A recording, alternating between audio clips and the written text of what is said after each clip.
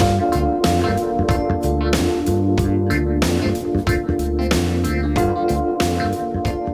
everybody, Drum Tech Kenny Sharretts here to talk to you about how to find a decent set of intervals between your tom-toms. Now I had a short video that talked about this when I was out on the road with Train from the O2, where you get to hear the oak kit they have, their Ludwig Keystone kit. You get to hear it out live, just straight a few feet away from a cell phone. And it's kind of going to be a similar thing here, except here we're working with a known constant that I started with. If you saw my how to set up a floor tom video, part 3, you understand that I now got this floor tom to the lowest possible tension that sounds good, feels good, and allows me to get the maximum out of this drum. So I want to use this as my standard and then choose an interval that helps this tom still sound good, but also gives a nice range within which to have the two toms speak so the kit sings really well together.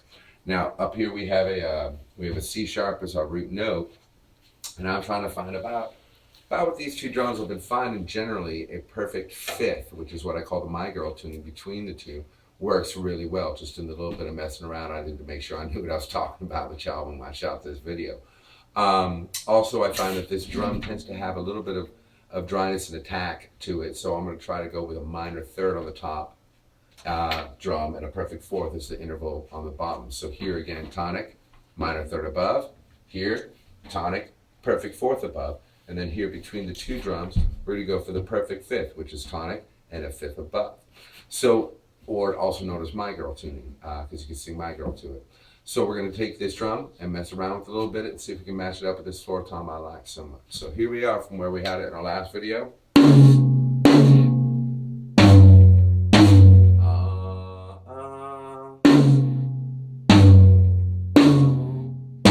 Wow, that's pretty darn close, man. Let's check it out. Now I'm a little bit tweaking, we got a little balance and to do, just a little bouncing.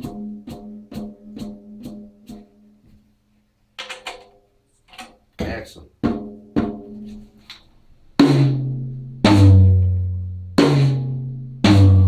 going to go up just a little bit more because it's just a little flat, but when you hear it, you'll understand what I'm saying. And when I say a little bit more, I mean look at these little turns I'm doing. Oh my goodness.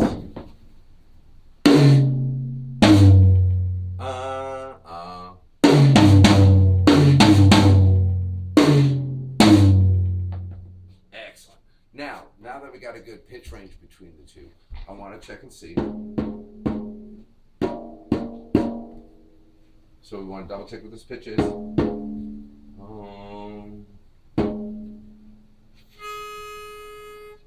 G sharp.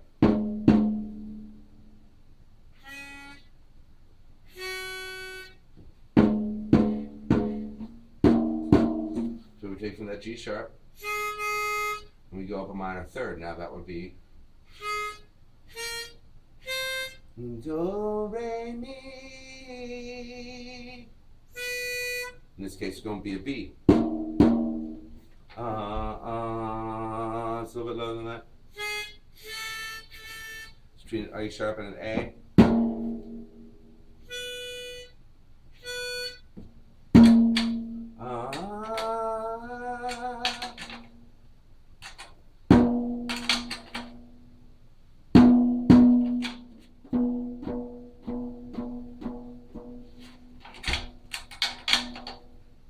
A little far on these, a little bit of love, just a touch on these. And it should have been that easy to move it to a nice minor third.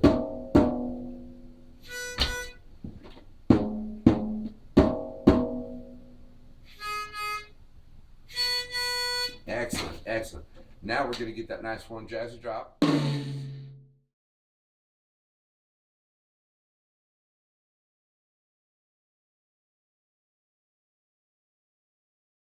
All right, as the text in the video said, man, there was a rattle that was just driving me nuts while I was trying to get these intervals going. So as a tech, I couldn't stand it, man. I couldn't let it stand. So I had to do one of the things I hate to do, which is take a brand new drum head off of the drum. But if you're going to do it, let's go ahead and take a look how we do it. Since this is a Rogue Tech series, I figured might as well take care of the detail right as it happens, so it's full, real deal tech action. All right, I'm going to take my fingers here. I'm going to hold this Evans head exactly where it was in its place, because you don't want to shift it around too much. No matter how perfect a bearing edge is, there's still going to be little bitty imperfections, and you want to try to match them up with the head so you don't get a buzz or a rattle. Unfortunately, the rattle here I discovered was one of these little things. Now you notice I pulled the whole hoop and head off. I had my fingers tied up on it and lifted it, because when I go back down, I want to go to the exact same place. I don't want anything twisting, turning, bopping, moving. Now what had happened was, during the time that I'd been away a little bit, man, the temperature of the house changed a little bit, and this one lug, it just kind of backed out, settling from packaging, settling from traveling. And I guess it's a good tech I didn't get in here and give these the nudge they should get. So I've gone through and tightened everything up nicely, made sure there is no rattle, because God, that was driving me nuts. And so one thing I would recommend, anytime you get a new drum or you got a new drum set, tighten every lug. If you've been playing a lot and you're changing heads, tighten your lugs. Just double check it. Rule of thumb, it's a good idea. All right. So let's get back to putting this back on exactly where I wanted it. Now, one of the reasons I align my logos with things is exactly for reasons like this. I try to make sure that they're perfect. And sure enough, if I put it right visually where I wanted it, it lines right up with the other lug nuts, which is awesome. Now, before I go anywhere else, because I'm scared of this movement, I'm going to use my 2-lug method and tighten these down and put this hoop right in place. Now, once we get it down finger tight again, I'm not as worried about that head sliding around or moving across the bearing inch. At this point in time, there ain't nothing you can do. So, the reality is sometimes tech is just that, rogue. You got to fix something on the fly, you got to fix something quick and put it right back together. I had a guy try to fix something on me, because he was a really nice guy, really good tech. He just started messing with stuff right before a show, and he shouldn't have, and we literally had to pull the head off and get a leg bracket for a floor tom, like one of these, pop it off, pull it out, put it back together, and get that head tuned up right before the show. I was sweating, but we got it done, man. Thank God he was a good tech, because we did it together. And you don't have time for particularities, but things like this made a difference, because I was like, hold the hoop and hold it tight. Don't lose that head position. So anyways, we're back in figure tight, and now the hunt really begins, because we had a pretty good spot at the first part of this video where we're like, hey man, these drums sound good together. So let's see what we can do about having a head that's already stretched. For example, like say you got a drum with just a head that's old and you want to give it some life back, you can take it all the way down to root, just like I had to do here. Same process.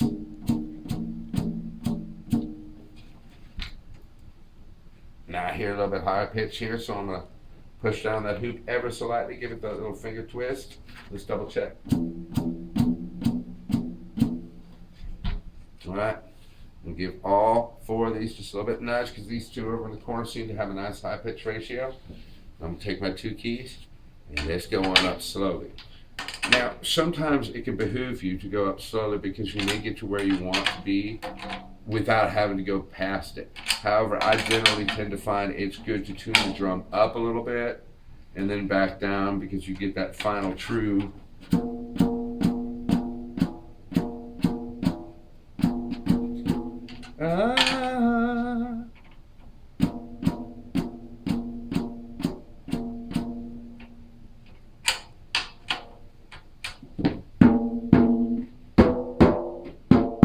Alright, we're right in the same tuning ratio that we were in before.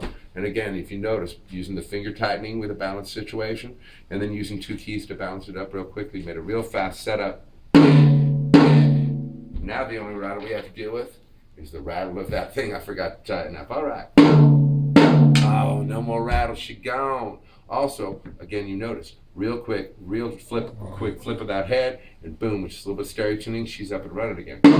So let's get back to what we were talking about. Listen to this floor tone that I like down here.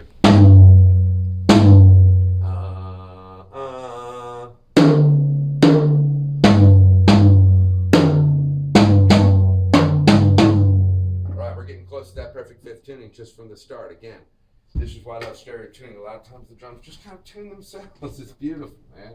So,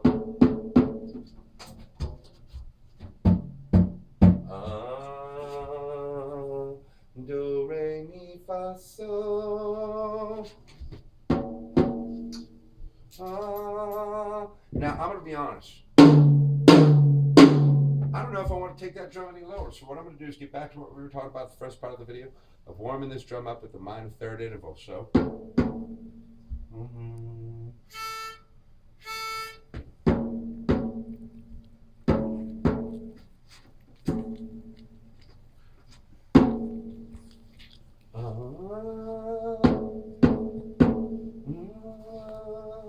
Do, re, mi.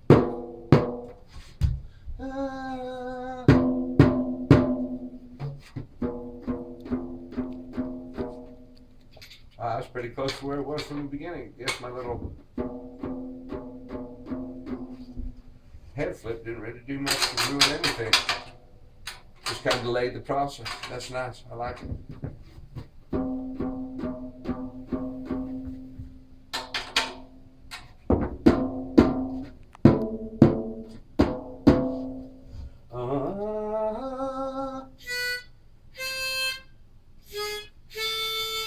ABC.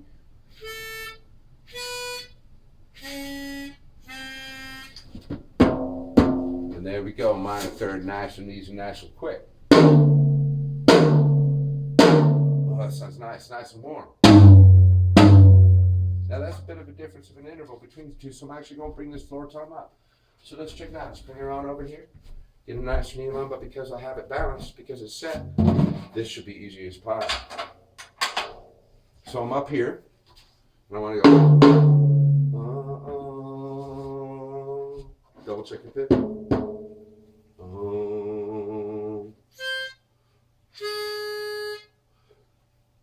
Let's see. Let's go down.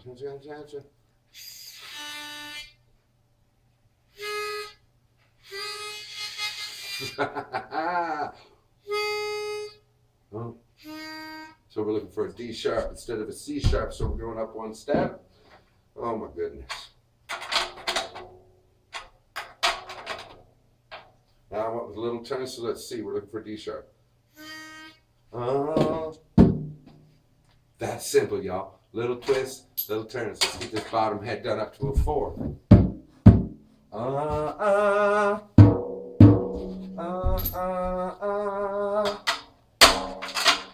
And now you can see how the key tap method helps that drum sing out, and that's one of the main reasons I use that key tap method. So if you want to go back and watch my video, Fundamentals on How to Tune a Drum, Tools and Techniques for Tuning a Drum, check that one out because it's a mighty, mighty powerful tool. So again, we wanted to go up from D sharp, man. I'm talking about the. Check it out.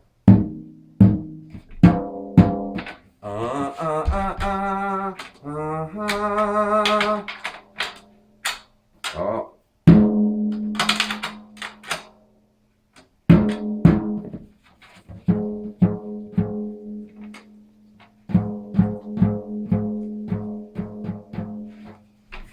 So flat right there. No problem. Solved. So check these two out.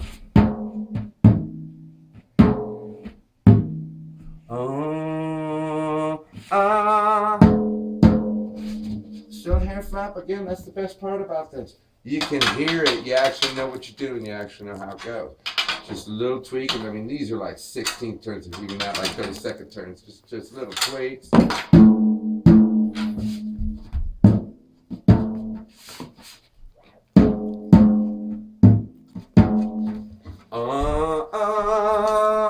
Now I match it up with this drum.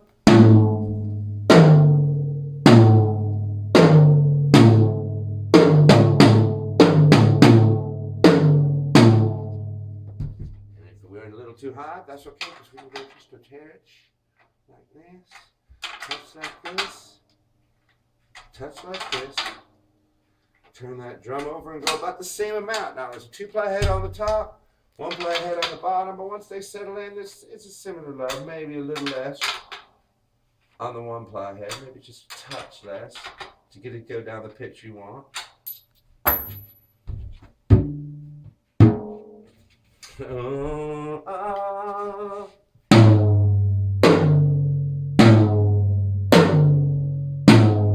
Now that's a nice interval between the two toms. It's real quick and easy to set up. And all it just take was good balancing using stereo tuning, good stretching using stereo tuning, and then tuning using stereo tuning. 'Cause I knew you were right.